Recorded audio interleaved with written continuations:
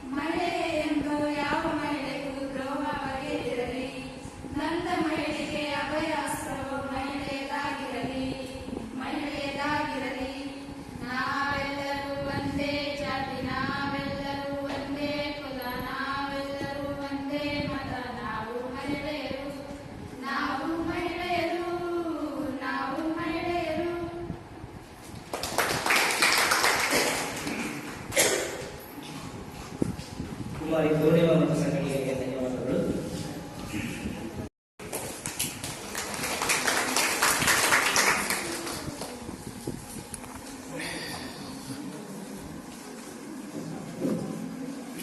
ಕರ್ನಾಟಕ ರಾಜ್ಯ ಅಕ್ಕಮಹಾದೇವಿ ಮಹಿಳಾ ವಿಶ್ವವಿದ್ಯಾನಿಲಯ ಸ್ನಾತಕೋತ್ತರ ಅಧ್ಯಯನ ಕೇಂದ್ರ ಸಿಂಧನೂರು ಡಾಕ್ಟರ್ ಬಾಬಾ ಸಾಹೇಬ್ ಅಂಬೇಡ್ಕರ್ ಅವರ 69ನೆಯ ಮಹಾಪರಿನಿರ್ವಾಣ ದಿನಾಚರಣೆಗೆ ಈ ಕಾರ್ಯಕ್ರಮಕ್ಕೆ ಎಲ್ಲರಿಗೂ ಸ್ವಾಗತವನ್ನು ಕೋರ್ತಾ ಇದ್ದೇನೆ. ಡಾಕ್ಟರ್ ಬಾಬಾ ಸಾಹೇಬ್ ಅಂಬೇಡ್ಕರ್ ಅವರ ಅಮರರು ಎಂಬ ಉಪನ್ಯಾಸ ಕಾರ್ಯಕ್ರಮಕ್ಕೆ ಅಧ್ಯಕ್ಷತೆಯನ್ನು ವಹಿಸಿಕೊಂಡಿರತಕ್ಕಂಥ ನಮ್ಮ ಸ್ನಾತಕೋತ್ತರ ಕೇಂದ್ರದ ವಿಶೇಷ ಅಧಿಕಾರಿಗಳಾಗಿರ್ತಕ್ಕಂಥ ಪ್ರೊಫೆಸರ್ ಪಿ ಕಣ್ಣನ್ ಸರ್ ಅವರಿಗೆ ಸ್ವಾಗತ ಸುಸ್ವಾಗತವನ್ನು ಕೋರ್ತಾ ಇದ್ದೇನೆ. ಇವರಿಗೆ ಸಲ್ಮಾ ಬೇಗಂ ವಿದ್ಯಾರ್ಥಿನಿ ಬಂದು ಪುಷ್ಪಗುಚ್ಛವನ್ನು ನೀಡಬೇಕಾಗಿದೆ.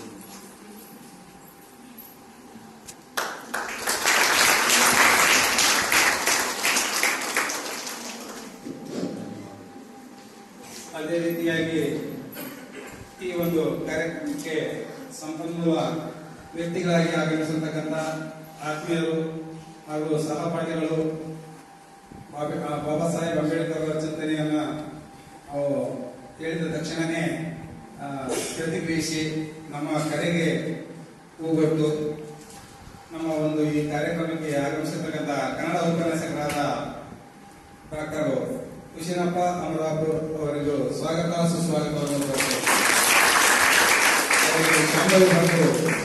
ವಿಷಯವನ್ನು ನೀಡಲು ಸ್ವಾಗತ ಮಾಡಬೇಕು.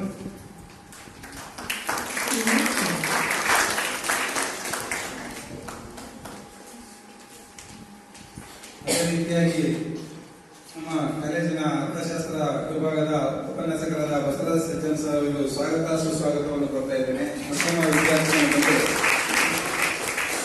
ಬಂದು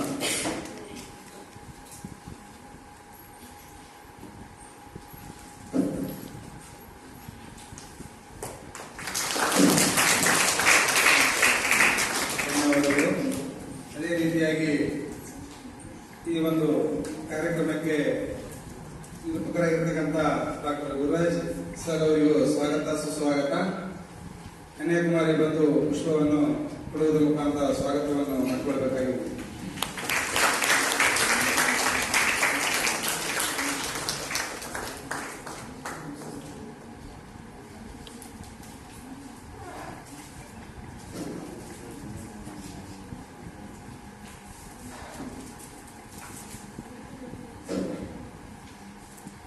ಅದೇ ರೀತಿಯಾಗಿ ನಮ್ಮ ಕಾರ್ಯಕ್ರಮಕ್ಕೆ ಸದಾ ಸಹಕಾರವನ್ನು ನೀಡುತ್ತಾ ನಮ್ಮ ಕಾಲೇಜಿನ ಹಾಗೂ ನಮ್ಮ ವಿಶ್ವವಿದ್ಯಾಲಯದ ಅಧೀನದಲ್ಲಿರತಕ್ಕಂಥ ಸರ್ಕಾರಿ ಪ್ರಥಮ ದರ್ಜೆ ಮಹಿಳಾ ಕಾಲೇಜಿನ ಅರ್ಥಶಾಸ್ತ್ರದ ಉಪನ್ಯಾಸಕರಾಗಿರ್ತಕ್ಕಂಥ ಮಧುಗಪ್ಪ ಸರ್ ಅವರಿಗೆ ಸ್ವಾಗತ ಸುಸ್ವಾಗತವನ್ನು ಕೋರ್ತಾ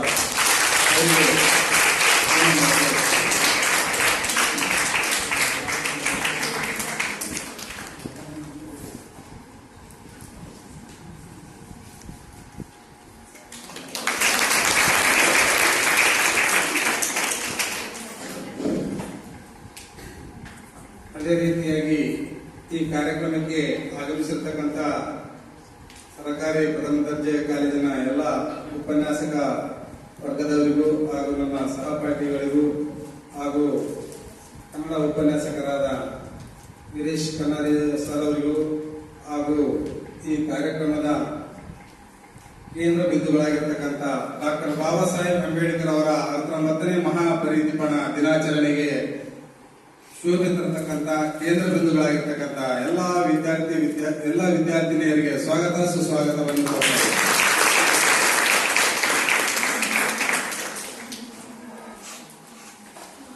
ಎಲ್ಲರಿಗೂ ಸ್ವಾಗತವನ್ನು ಕೋರಿದ ಡಾಕ್ಟರ್ ನಾಗಡೆಪ್ಪ ಎಚ್ ಅಧ್ಯಾಪಕರಿಗೆ ಧನ್ಯವಾದಗಳು. ಡಾಕ್ಟರ್ ನಾಗಡೆಪ್ಪ ಎಚ್ ಅವರಿಗೆ ಪುಷ್ಪವನ್ನು ನೀಡುವುದರ ಮೂಲಕ ಸ್ವಾಗತವನ್ನು ಕೋರಬೇಕೆಂದು ಕುಮಾರಿ ದುರ್ಗಮ್ಮ ಅವರನ್ನು ಕೇಳಿದರು.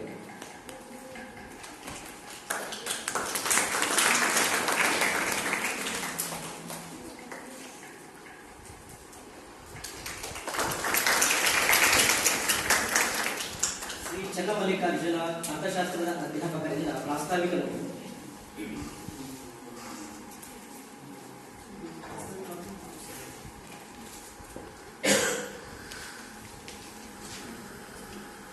ಕರ್ನಾಟಕ ರಾಜ್ಯ ಅಕ್ಕಮಹಾದೇವಿ ಮಹಿಳಾ ವಿಶ್ವವಿದ್ಯಾಲಯ ಜ್ಞಾನಸಿಂಧು ಸ್ನಾತಕೋತ್ತರ ಈ ನಮ್ಮ ಅಧ್ಯಯನ ಕೇಂದ್ರದಲ್ಲಿ ಡಾಕ್ಟರ್ ಬಾಬಾ ಸಾಹೇಬ್ ಅಂಬೇಡ್ಕರ್ ಅವರ 69ನೇ ಮಹಾಪರಿನಿರ್ವಾಣ ದಿನದ ಒಂದು ಕಾರ್ಯಕ್ರಮವನ್ನು ಹಮ್ಮಿಕೊಂಡಿದ್ವಿ. ಈ ಕಾರ್ಯಕ್ರಮದ ಅಧ್ಯಕ್ಷತೆ ವಹಿಸಿರ್ತಕ್ಕಂಥ ಪ್ರೊಫೆಸರ್ ಬಿ ಕಣ್ಣನ್ ಅವರೇ ಹಾಗೂ ವಿಶೇಷ ಉಪನ್ಯಾಸವನ್ನು ನೀಡಲು ಆಗಮಿಸಿರ್ತಕ್ಕಂಥ ಆತ್ಮೀಯರು ಮತ್ತು ಹಿರಿಯರಾಗಿರ್ತಕ್ಕಂಥ ಶ್ರೀ ಡಾಕ್ಟರ್ ಭೂಷಣಪ್ಪ ಅಮರಾಪುರ ಅವರೇ ಹಾಗೂ ವೇದಿಕೆ ಮೇಲಿರ್ತಕ್ಕಂಥ ಬಸವ ಸಜ್ಜನ್ ಅವರೇ ಹಾಗೂ ನಾಗಡಪ್ಪ ಅವರೇ ಹಾಗೂ ವೇದಿಕೆ ಮುಂಭಾಗದಲ್ಲಿರ್ತಕ್ಕಂಥ ಎಲ್ಲ ನನ್ನ ಸಹೋದ್ಯೋಗಿ ಮಿತ್ರರೇ ಮತ್ತು ವಿದ್ಯಾರ್ಥಿನಿಯರೇ, ಭಾರತದಲ್ಲಿ ಅನೇಕ ಜನ ಮಹನೀಯರು ತಮ್ಮದೇ ಆಗಿರ್ತಕ್ಕಂಥ ಆದರ್ಶಗಳನ್ನು ನಮಗೆ ನೀಡಿ ಹಲವರಿದ್ದಾರೆ. ಎಲ್ಲರ ಜನ್ಮ ದಿನಾಚರಣೆಗಳನ್ನು ಆಚರಣೆ ಮಾಡ್ತೀವಿ ಮತ್ತು ಅವರು ನಿಧನ ಹೊಂದಿರತಕ್ಕಂಥ ದಿನಗಳನ್ನ ನಾವು ಸ್ಮರಣೆ ದಿನಗಳನ್ನಾಗಿ ಆಚರಣೆ ಮಾಡ್ತೀವಿ.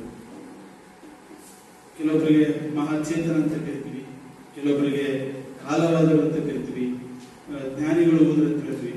ಬಟ್ ಬಾಬಾ ಸಾಹೇಬ್ ಅಂಬೇಡ್ಕರ್ ಅವರ ಈ ಒಂದು ದಿನವನ್ನ ನಾವು ಮಹಾಪರಿನಿರ್ವಾಣ ದಿನ ಅಂತ ಏನಕ್ಕೆ ಕರಿತೀವಿ, ಮಹಾದಿಬ್ಬಣ ಅಂತ ಏನಕ್ಕೆ ಕರಿತೀವಿ ಅಂತಂದ್ರೆ, ಏನ್ ಡಾಕ್ಟರ್ ಬಾಬಾ ಸಾಹೇಬ್ ಅಂಬೇಡ್ಕರ್ ಅವರು ಬೌದ್ಧ ಧರ್ಮವನ್ನು ಸ್ವೀಕಾರ ಮಾಡ್ತಾರೆ.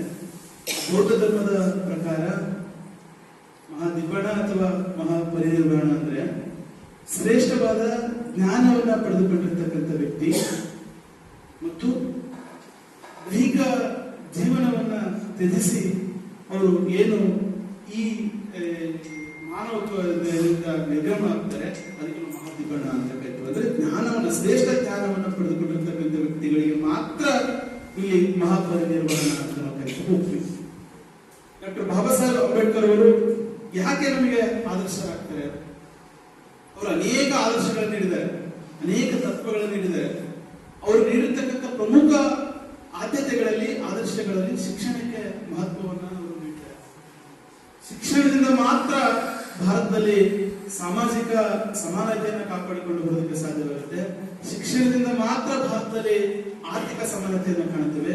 ಶಿಕ್ಷಣದಿಂದ ಮಾತ್ರ ಭಾರತದಲ್ಲಿ ರಾಜಕೀಯ ಸಮಾನತೆಯನ್ನು ಕಾಣೋದಕ್ಕೆ ಸಾಧ್ಯವಾಗುತ್ತೆ ಎನ್ನುವ ಉದ್ದೇಶದಿಂದ ಬಾಬಾ ಸಾಹೇಬ್ ಅಂಬೇಡ್ಕರ್ ಅವರು ಶಿಕ್ಷಣಕ್ಕೆ ಮಹತ್ವವನ್ನು ನೀಡುತ್ತಾರೆ.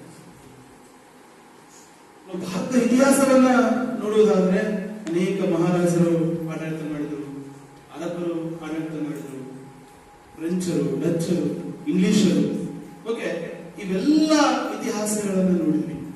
ಅನೇಕ ಸ್ವತಂತ್ರ ಹೋರಾಟಗಾರರನ್ನು ನೋಡಿದ್ವಿ, ಅನೇಕ ಮಹನೀಯರನ್ನು ನೋಡಿದ್ವಿ. ಬಟ್ ಬಾಬಾ ಸಾಹೇಬರು ಯಾಕೆ ನಮಗೆ ಮುಖ್ಯ ಆಗ್ತಾರೆ ಅನ್ನುವುದನ್ನ ನಾವಿಲ್ಲಿ ನೋಡಬೇಕಾಗುತ್ತೆ. ಅಸ್ಪೃಶ್ಯತೆ ಅಂತಕ್ಕಂಥ ಏನ್ ಮಹಾ ಬಿಡುಗಡೆಯ ಭಾಗದಲ್ಲಿ ಅದು ಅನುಭವಿಸಿದವರಿಗೆ ಮಾತ್ರ ಗೊತ್ತಿರುತ್ತೆ ರೂಪುಡಿ ಏನಂತ. ಕೇವಲ ಈ ಅಸ್ಪೃಶ್ಯತೆ ಅಂತಕ್ಕಂಥದ್ದು ಮಾನವರಲ್ಲಿ ಮಾತ್ರ ಕಾಣಲಿಲ್ಲ. ನೀವು ನೋಡ್ರಿ, ದೇವರುಗಳಲ್ಲಿ ಕೂಡ ಅಸ್ಪೃಶ್ಯತೆಯನ್ನ ನಾವು ಕಾಣ್ತಾ ಹೋಗ್ತೀವಿ. ದೇವರುಗಳಲ್ಲಿ ಎರಡು ಕೆಟಗರಿ ಮಾಡ್ತಾರೆ ಅಸ್ಪೃಶ್ಯತೆಯಲ್ಲಿ. ಹಾಗಾದ್ರೆ ದೇವರುಗಳು ಹೇಗೆ ಹುಟ್ಕೊಂಡು? ನನಗೆ ನಮ್ಮ ಅಜ್ಜ ನಾನು ಚಿಕ್ಕವನಿದ್ದಾಗ ಒಂದು ಸಣ್ಣದ ಸಂದೇಶ ಕೊಟ್ಟಿದ್ದ. ದೇವರುಗಳು ಹೇಗೆ ಹುಟ್ಕೊಂಡು ಇಷ್ಟೆಲ್ಲ ದೇವರುಗಳು? ಆಗಿನ ಕಾಲದಲ್ಲಿ ಏನು ವರ್ಣ ವ್ಯವಸ್ಥೆ ಇತ್ತು, ಆ ವರ್ಣ ವ್ಯವಸ್ಥೆಯಲ್ಲಿ ಅಸ್ಪೃಶ್ಯತೆ ಮತ್ತು ಯಾರು ತುಳಿತಕ್ಕೆ ಒಳಪಟ್ಟಿರ್ತಕ್ಕಂಥ ಜನ ಇತ್ತು, ಮೇಲ್ಜಾತಿಯ ಜನ. ಮತ್ತೆ ಯಾರನ್ನೂ ನಾವು ಬ್ಲೇಮ್ ಮಾಡ್ತಾ ಇಲ್ಲ. ಒಂದಿಷ್ಟು ವಾಸ್ತವಿಕ ಅಂಶಗಳನ್ನ, ರೋಗಗಳು ಮತ್ತು ದೇವರುಗಳು ಹೇಗೆ ಬಂದು ಅನ್ನೋದಕ್ಕೆ, ಭಾರತದಲ್ಲಿ ರೋಗಗಳು ಮತ್ತು ದೇವರುಗಳು ಹೇಗೆ ಬಂದು ಅನ್ನೋದಕ್ಕೆ ಒಂದು ಸಣ್ಣ ಉದಾಹರಣೆ. ಊರಲ್ಲಿ ಬಾವಿ ಇರ್ತಿರ್ತಾವೆ. ಈ ತರ ಏನು ನಳದೃಷ್ಟಗಳಿಗೆ ನಮಗೆ ಪಟನಾಯ್ತ ನೀರು ಅಂತಕ್ಕಂಥ ವ್ಯವಸ್ಥೆಗಳು ಇರ್ತಿರ್ಲಿಲ್ಲ. ಬಾವಿಗಳಿರ್ತಿದ್ವು, ಬೋರ್ಗಳಿರ್ತಿದ್ವು. ಆ ಊರಿನ ಬಾವಿಗಳಲ್ಲಿ ನೀರು ತುಂಬುವುದಕ್ಕೆ ಕೆಳಜಾತಿಯ ಜನ ಬಂದ್ರೆ ಅಲ್ಲಿ ನೀರು ಬಿಡುವುದಕ್ಕೆ ಮೇಲ್ಜಾತಿಯವರು ಬಿಡ್ತಿರ್ಲಿಲ್ಲ. ಯಾಕಂತಂದ್ರೆ ಜಾತಿ ಪದ್ಧತಿಗಳು ಆ ರೀತಿ ಕಾಣ್ತಾ ಇರ್ತಿತ್ತು. ಆಗ ಕೇಳಿಯ ಜನರು ನೀರು ತುಂಬಿಕೊಳ್ಳಕ್ ಹೋದಾಗ ಬಿಡ್ತಿದ್ದಿಲ್ಲ. ಆಗ ಅವ್ರು ಏನ್ ಮಾಡಿದ್ರು ಅಂತಂದ್ರೆ, ಮೇಲ್ಜಾತಿಯ ಜನ ಇಲ್ಲ, ನೀವು ಕೆಳಜಾತಿಯವರು, ನೀವು ಈ ನೀರನ್ನು ಕುಡಿಯುತ್ತಿಲ್ಲ, ನಾವೇನು ನೀರನ್ನು ಬಳಕೆ ಮಾಡಿಕೊಡ್ತೀವಿ, ಆ ನೀರನ್ನ ನೀವು ಹೊರಗಡೆ, ಊರಿಂದ ಹೊರಗಡೆ ಬಂದಾಗ ಆ ನೀರನ್ನ ನೀವು ಕುಡಿಬೇಕು, ನೀವು ಆಗ ಶ್ರೇಷ್ಠರಾಗ್ತೀರಿ, ನಿಮ್ಮ ಎಲ್ಲಾ ಪಾಪಗಳು ತೊಳೆದು ಹೋಗ್ತವೆ ಅಂತಕ್ಕಂಥ ಮಾಹಿತಿಯನ್ನ ಆ ಜನಕ್ಕೆ ಕೊಡ್ತಾರೆ. ಅನಿವಾರ್ಯ ಊರಿನ ಕೇಳಿರ್ತಕ್ಕಂಥ ನನ್ನ ಜನರು ಏನ್ ಮಾಡ್ತಾರೆ ಅಂತಂದ್ರೆ, ಆ ನೀರನ್ನ ಅವರು ಕುಡಿತಾ ಇದ್ರು, ಮೇಲ್ಜಾತಿಯವರು ಉಪಯೋಗ ಮಾಡಿಕೊಂಡಿರ್ತಕ್ಕಂಥ ನೀರು. ಆಗೇನಾಗುತ್ತಂದ್ರೆ ರೋಗಗಳು ಹುಟ್ಟುಕೊಳ್ತವೆ. ಈ ಕಾಲದ ಸಿಡುಬು, ಓಕೆ, ಈ ನಾರಿರ್ತಕ್ಕಂಥ ರೋಗಗಳು, ಅನೇಕ ರೋಗಗಳು ಹುಟ್ಟಿಕೊಂಡು, ಆ ರೋಗಗಳು ಹುಟ್ಟಿಕೊಂಡಾಗ ಅದನ್ನು ಗುಣಪಡಿಸುವುದಕ್ಕೆ ಒಂದೊಂದು ದೇವರನ್ನ ಉಳಿಸಿದ್ರು. ಮಾರಮ್ಮನ, ದುರ್ಗಮ್ಮನ, ಓಕೆ, ಯಲ್ಲಮ್ಮನ, ಓಕೆ, ಸುಡುಬು ಬಂದ್ರೆ ಒಂದು ದೇವರು, ಕಾಲರ ಬಂದ್ರೆ ಒಂದು, ಈ ರೀತಿ ದೇವಸ್ಥಾನಗಳನ್ನ ಉಳಿಸಿದ್ರು. ಮತ್ತೆ ಆ ದೇವಸ್ಥಾನಗಳಿಗೆ ಹೋದ್ರೆ ಈಗ ರೋಗ ಕಡಿಮೆ ಆಗ್ತಕ್ಕಂಥ ಮನೋಭಾವನೆಯನ್ನ ಜನರಲ್ಲಿ ತುಂಬಿದ್ರು. ಮೂಢನಂಬಿಕೆಗಳಿಂದ, ಒಂದು ಆಚರಣೆಗಳಿಂದ ಅಸ್ಪೃಶ್ಯತೆ ಅಂತಕ್ಕಂಥದ್ದನ್ನ ಏನ್ ಮಾಡಿದ್ರು, ಉಂಟಾಗಂತ ಮಾಡಿದ್ರು. ಇದನ್ನೆಲ್ಲವನ್ನ ಕಳೆದುಕೊಳ್ಳೋದಕ್ಕೆ ಬಾಬಾ ಸಾಹೇಬ್ ಅಂಬೇಡ್ಕರ್ ಅವರು. ನೆನಪಿಟ್ಕೊಳ್ಳಿ, ಬಾಬಾ ಸಾಹೇಬ್ ಅಂಬೇಡ್ಕರ್ ಅವರು ಕೇವಲ ಯಾವುದೇ ಒಂದು ಜನಾಂಗವನ್ನ ಮೇಲೆತ್ತುವುದಕ್ಕೆ ಬರಲಿಲ್ಲ. ಭಾರತದಲ್ಲಿರ್ತಕ್ಕಂಥ ತುಳಿತಕ್ಕೊಳಗಾಗ್ತಕ್ಕಂಥ ಯಾವುದೇ ಜಾತಿಯ ಜನಾಂಗ ಅವರಿಗೆ ಸಾಮಾಜಿಕ ಹಕ್ಕುಗಳನ್ನು ಕೊಡುವುದಕ್ಕಾಗಿ, ಸಾಮಾಜಿಕ ನ್ಯಾಯವನ್ನು ಕೊಡುವುದಕ್ಕಾಗಿ, ಆರ್ಥಿಕ ನ್ಯಾಯವನ್ನು ಕೊಡುವುದಕ್ಕಾಗಿ ಡಾಕ್ಟರ್ ಬಾಬಾ ಸಾಹೇಬ್ ಅಂಬೇಡ್ಕರ್ ಅವರು ಬಂದರು. ಸೊ ಹಾಗಾಗಿ ಅವರನ್ನ ಮಹಾಚೇತನ ಅಂತ ಕರಿತೀವಿ. ಡಾಕ್ಟರ್ ಬಾಬಾ ಸಾಹೇಬ್ ಅಂಬೇಡ್ಕರ್ ಅವರು ಜಗತ್ತಿನಲ್ಲಿರ್ತಕ್ಕಂಥ ಅನೇಕ ರಾಷ್ಟ್ರಗಳಿರ್ತಕ್ಕಂಥ ಅನೇಕ ಸಂವಿಧಾನಗಳಿಗೆ ಹೋಲಿಕೆ ಮಾಡಿದ್ರೆ ಭಾರತದ ಸಂವಿಧಾನ ಅತ್ಯಂತ ಪ್ರಬುದ್ಧವಾಗಿರ್ತಕ್ಕಂಥ ಸಂವಿಧಾನ. ಯಾಕಂತಂದ್ರೆ ಎಲ್ಲಾ ರಾಷ್ಟ್ರಗಳಿರ್ತಕ್ಕಂಥ ಸಂವಿಧಾನಗಳನ್ನ ಅಧ್ಯಯನ ಮಾಡಿ ನಮ್ಮದೇ ಆಗಿರ್ತಕ್ಕಂಥ ಸಂವಿಧಾನವನ್ನು ಕೊಡಿರ್ತಕ್ಕಂಥ ಕೀರ್ತಿ ಡಾಕ್ಟರ್ ಬಾಬಾ ಸಾಹೇಬ್ ಅಂಬೇಡ್ಕರ್ ಅವರಿಗೆ ಸರ್. ಸೊ ಹಾಗಾಗಿ ಅವರು ಈ ಕಾಲವಾದ ದಿನವನ್ನ ನಾವು ಮಹಾಪರಿನಿರ್ವಾಣ ದಿನ ಅಂತ ಕರಿತೀವಿ. ಅವರು ಶಿಕ್ಷಣಕ್ಕೆ ಮಹತ್ವವನ್ನು ಕೊಟ್ಟರು. ಅವರೇನು ಬಾಲ್ಯದಲ್ಲಿ ಸಾರ್ವಜನಿಕ ಶಿಕ್ಷಣದಿಂದ ಅವರು ದೂರ ಉಳಿದು, ಯಾಕಂದ್ರೆ ಸಾರ್ವಜನಿಕ ಶಿಕ್ಷಣಕ್ಕೆ ಅವಕಾಶವನ್ನು ಕೊಟ್ಟಿಲ್ಲ, ಅಸ್ಪೃಶ್ಯತೆ ಇತ್ತು. ಅದನ್ನ ಮೀರಿ ಬಾಬಾ ಸಾಹೇಬ್ ಅಂಬೇಡ್ಕರ್ ಅವರು, ಅವರಿಗೆ ಹಸಿವಿತ್ತು, ಶಿಕ್ಷಣದ ಹಸಿವಿತ್ತು, ಸಾಮಾಜಿಕ ಸಮಾನತೆಯನ್ನು ತರಬೇಕಂತ ಹಸಿವಿತ್ತು. ಆ ಜನತೆಯನ್ನು ಹೊಂದಿರತಕ್ಕಂಥ ಬಾಬಾ ಸಾಹೇಬ್ ಅಂಬೇಡ್ಕರ್ ಏನ್ ಮಾಡಿದ್ರೆ, ಜಗತ್ತಿನಲ್ಲಿ ಅತ್ಯಂತ ಶ್ರೇಷ್ಠವಾಗಿರ್ತಕ್ಕಂಥ ವಿಶ್ವವಿದ್ಯಾಲಯಗಳಲ್ಲಿ ಉನ್ನತ ಶಿಕ್ಷಣವನ್ನು ಪಡೆದುಕೊಳ್ತಾರೆ. ಕೇಂಬ್ರಿಡ್ಜ್ ವಿಶ್ವವಿದ್ಯಾಲಯಗಳಲ್ಲಿ ಮತ್ತು ಲಂಡನ್ ಸ್ಕೂಲ್ ಆಫ್ ಎಕನಾಮಿಕ್ಸ್ ಅಲ್ಲಿ ಉನ್ನತ ಶಿಕ್ಷಣವನ್ನು ಪಡೆದುಕೊಳ್ತಾರೆ ಬಾಬಾ ಸಾಹೇಬ್ ಅಂಬೇಡ್ಕರ್ ಅವರು.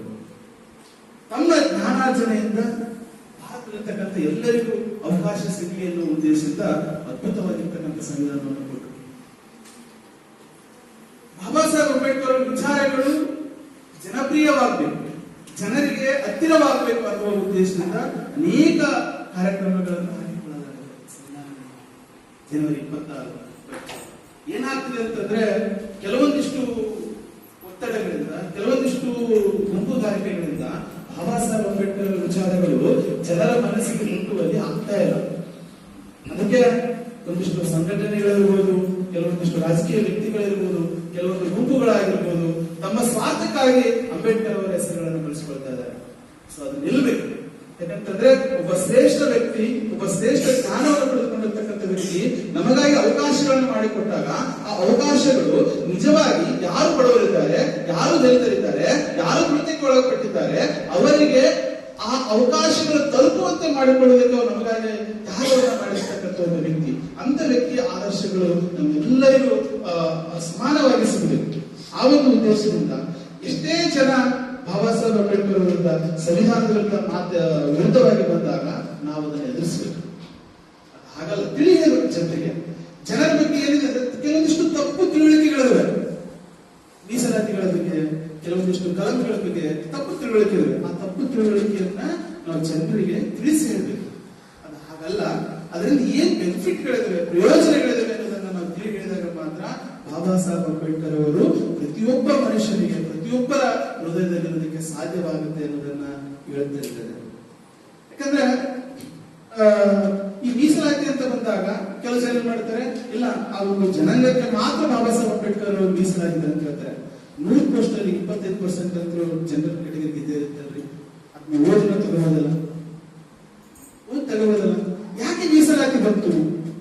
ಈಗ ಆಸ್ತಿ ಇರ್ತಕ್ಕಂಥವ್ರು ಏನ್ ಮಾಡ್ತಾರೆ, ಮಕ್ಕಳು ಚೆನ್ನಾಗಿ ಓದಿಸ್ತಾರೆ, ಒಳ್ಳೆ ಅವಕಾಶ ಸೌಲಭ್ಯಗಳನ್ನು ಕೊಡ್ತಾರೆ, ರ್ಯಾಂಕ್ ಪಡೆದುಕೊಳ್ತಾರೆ.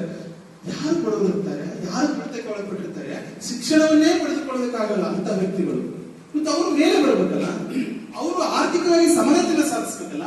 ಹಾಗಾಗಿ ಅವರಿಗೆ ಮೀಸಲಾತಿ ಇರಬೇಕಾಗುತ್ತೆ. ಮೀಸಲಾತಿ ತಪ್ಪು ಕಲ್ಪನೆಗಳಲ್ಲ, ನಮಗೂ ಕೂಡ ಅವಕಾಶಗಳಿವೆ. ನಾವು ಅದನ್ನು ಪಡೆದುಕೊಳ್ಳಬೇಕಷ್ಟೇ. ನಮ್ಮ ಎಫೆಕ್ಟ್ಗಳನ್ನ ಹಾಕಿದಾಗ ನಮಗೂ ಕೂಡ ಸಂವಿಧಾನದಲ್ಲಿ ಅವಕಾಶಗಳಿವೆ. ಸೊ ಹಾಗಾಗಿ ಸಂವಿಧಾನ ಯಾವುದೇ ಒಂದು ಜಾತಿಗೆ, ಯಾವುದೇ ಒಂದು ಧರ್ಮಕ್ಕೆ, ಯಾವುದೇ ಒಂದು ಜನಾಂಗಕ್ಕೆ ಮೀಸಲಾಗಿಲ್ಲ. ಸರ್ವ ಭಾರತೀಯರ ಒಂದು ಆಸ್ತಿ ಸಂವಿಧಾನ ಅಂತಕ್ಕಂಥದ್ದು. ಬಾಬಾ ಸಾಹೇಬ್ ಅಂಬೇಡ್ಕರ್ ಅಂತಕ್ಕಂಥವ್ರು ಯಾವುದೇ ಒಂದು ಜಾತಿಗೆ ಮೀಸಲಾಗಿಲ್ಲ. ನಮ್ಮೆಲ್ಲರಿಗೂ ವರದಾನವಾಗಿ ಬಂದಿರತಕ್ಕಂಥ ಒಂದು ಮಹಾಚೇತನ. ಆ ಚೇತನವನ್ನ ಎಲ್ಲಾ ಜನರಿಗೆ ನಾವು ತಲುಪಿಸುವಂತ ಕಾರ್ಯಗಳನ್ನ, ಶಿಕ್ಷಣವಂತರಾಗಿರ್ತಕ್ಕಂಥ ನಾವು ಅವರ ವಿಚಾರಗಳನ್ನ ಹಳ್ಳಿಗಳಲ್ಲಿ, ಮನೆಗಳಲ್ಲಿ ಜನರಿಗೆ ಅವರನ್ನ ಮುಚ್ಚತಕ್ಕಂಥ ಕಾರ್ಯವನ್ನ ಮಾಡಬೇಕಾಗುತ್ತೆ. ಆ ವಿಚಾರದಲ್ಲಿ ನಮ್ಮ ಡಾಕ್ಟರ್ ವಿಶ್ವನಾಥ್ ಅಮರಾಪುರ್ ಸರ್ ಅವರು ಮನೆಗೆ ಬಾಬಾ ಸಾಹೇಬ್ ಅಂಬೇಡ್ಕರ್ ಅಂತಕ್ಕಂಥ ಒಂದು ಕಾರ್ಯಕ್ರಮವನ್ನು ಹಾಕಿಕೊಂಡು ಸಿಂಗನೂರಲ್ಲಿ ಅನೇಕ ವಿಚಾರಗಳನ್ನ, ಅಂಬೇಡ್ಕರ್ ಅವರ ವಿಚಾರಗಳನ್ನ ಜನರಿಗೆ ಮುಟ್ಟಿಸ್ತಕ್ಕಂಥ ಕಾರ್ಯವನ್ನು ಮಾಡ್ತಾ ಇದ್ದಾರೆ. ಸೊ ಹಾಗಾಗಿ ಅಂಬೇಡ್ಕರ್ ಯಾವುದೇ ಒಂದು ಜಾತಿಗೆ ಮೀಸಲಾಗಿಲ್ಲ, ಯಾವುದೇ ಒಂದು ಪಂಗಡಕ್ಕೆ ಮೀಸಲಾಗಿಲ್ಲ. ಮತ್ತೊಂದು ಭಾರತಕ್ಕೆ ಮಾತ್ರ ಅವರು ಸೀಮಿತವಾಗಿಲ್ಲ. ಡಾಕ್ಟರ್ ಬಾಬಾ ಸಾಹೇಬ್ ಅಂಬೇಡ್ಕರ್ ಜಗತ್ತಿನ ಅನೇಕ ದೇಶಗಳು ಬಾಬಾ ಸಾಹೇಬ್ ಅಂಬೇಡ್ಕರ್ ಅವರನ್ನು ಏನ್ ಮಾಡ್ತಿದ್ದಾರೆ, ಪ್ರೀತಿಸ್ತಾ ಇದ್ದಾರೆ. ಅಂತ ಒಂದು ಚೇತನವನ್ನು ಪಡೆದುಕೊಂಡಿರ್ತಕ್ಕಂಥ ನಾವು ಧನ್ಯವಾದ. ಅವರು 1956 ಹಲವು ಅವರು ಇಂದಿಗೂ ಕೂಡ ಅಮರರಾಗಿದ್ದಾರೆ. ಯಾಕೆ ಅಮರರಾಗಿದ್ದಾರೆ ಅಂತಂದ್ರೆ ನಮಗೆ ಅನೇಕ ಅವಕಾಶಗಳನ್ನು ಕೊಟ್ಟಿದ್ದಾರೆ. ದೀನ ದಲಿತರ ಪರವಾಗಿ ಸಂವಿಧಾನವನ್ನು ಕೊಟ್ಟಿದ್ದಾರೆ. ನಮ್ಮೆಲ್ಲರ ಮೇಲೆ ಇರತಕ್ಕಂಥ ಕಾರ್ಯವನ್ನ ಅವರು ಮಾಡಿದ್ದಾರೆ. ಸೊ ಹಾಗಾಗಿ ಅವರು ಏನ್ ಮಾಡಿದ್ದಾರೆ, ಅಮರರಾಗಿದ್ದಾರೆ ಎನ್ನುವಂತ ಮಾತನ್ನ ಹೇಳಿ ಇಲ್ಲಿ ಪ್ರಾಸ್ತಾವಿಕ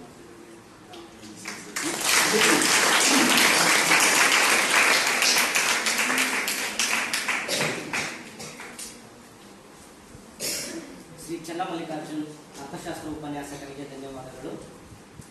ಜಗತ್ತಿನ ಶ್ರೇಷ್ಠ ತತ್ವಜ್ಞಾನಿಗಳು, ಶ್ರೇಷ್ಠ ಚಿಂತಕರು ಆದಂತಹ ಡಾಕ್ಟರ್ ಬಾಬಾ ಸಾಹೇಬ್ ಅಂಬೇಡ್ಕರ್ ಅವರ ಮಹಾ ದಿಬ್ಬಣ ಅಥವಾ ಪಾಲಿ ಭಾಷೆಯಲ್ಲಿ ಹೇಳುವಂತೆ ಮಹಾ ನಿಬ್ಬಣ, ದೀನ ದಲಿತರು, ಮಹಿಳೆಯರು, ಶೋಷಿತ ವರ್ಗದ ಸಮುದಾಯಗಳಿಗೆ ಆಶಾಕಿರಣವಾದಂತಹ ಮಹಾ ಚೇತನದ ಗೌರವ ಸ್ಮರಣೆಯನ್ನ ಬೆಳಗುವುದರ ಮೂಲಕ ಪ್ರತಿಯೊಬ್ಬ ವಿದ್ಯಾರ್ಥಿಗಳು ದೀಪಗಳನ್ನು ಬೆಳಗುವುದರ ಮೂಲಕ, ಗಣ್ಯ ಮಾನ್ಯರು ದೀಪವನ್ನು ಬೆಳಗುವುದರ ಮೂಲಕ ಗೌರವ ಸ್ಮರಣೆಯನ್ನು ಮಾಡಬೇಕೆಂದು ಕೇಳುತ್ತೇನೆ.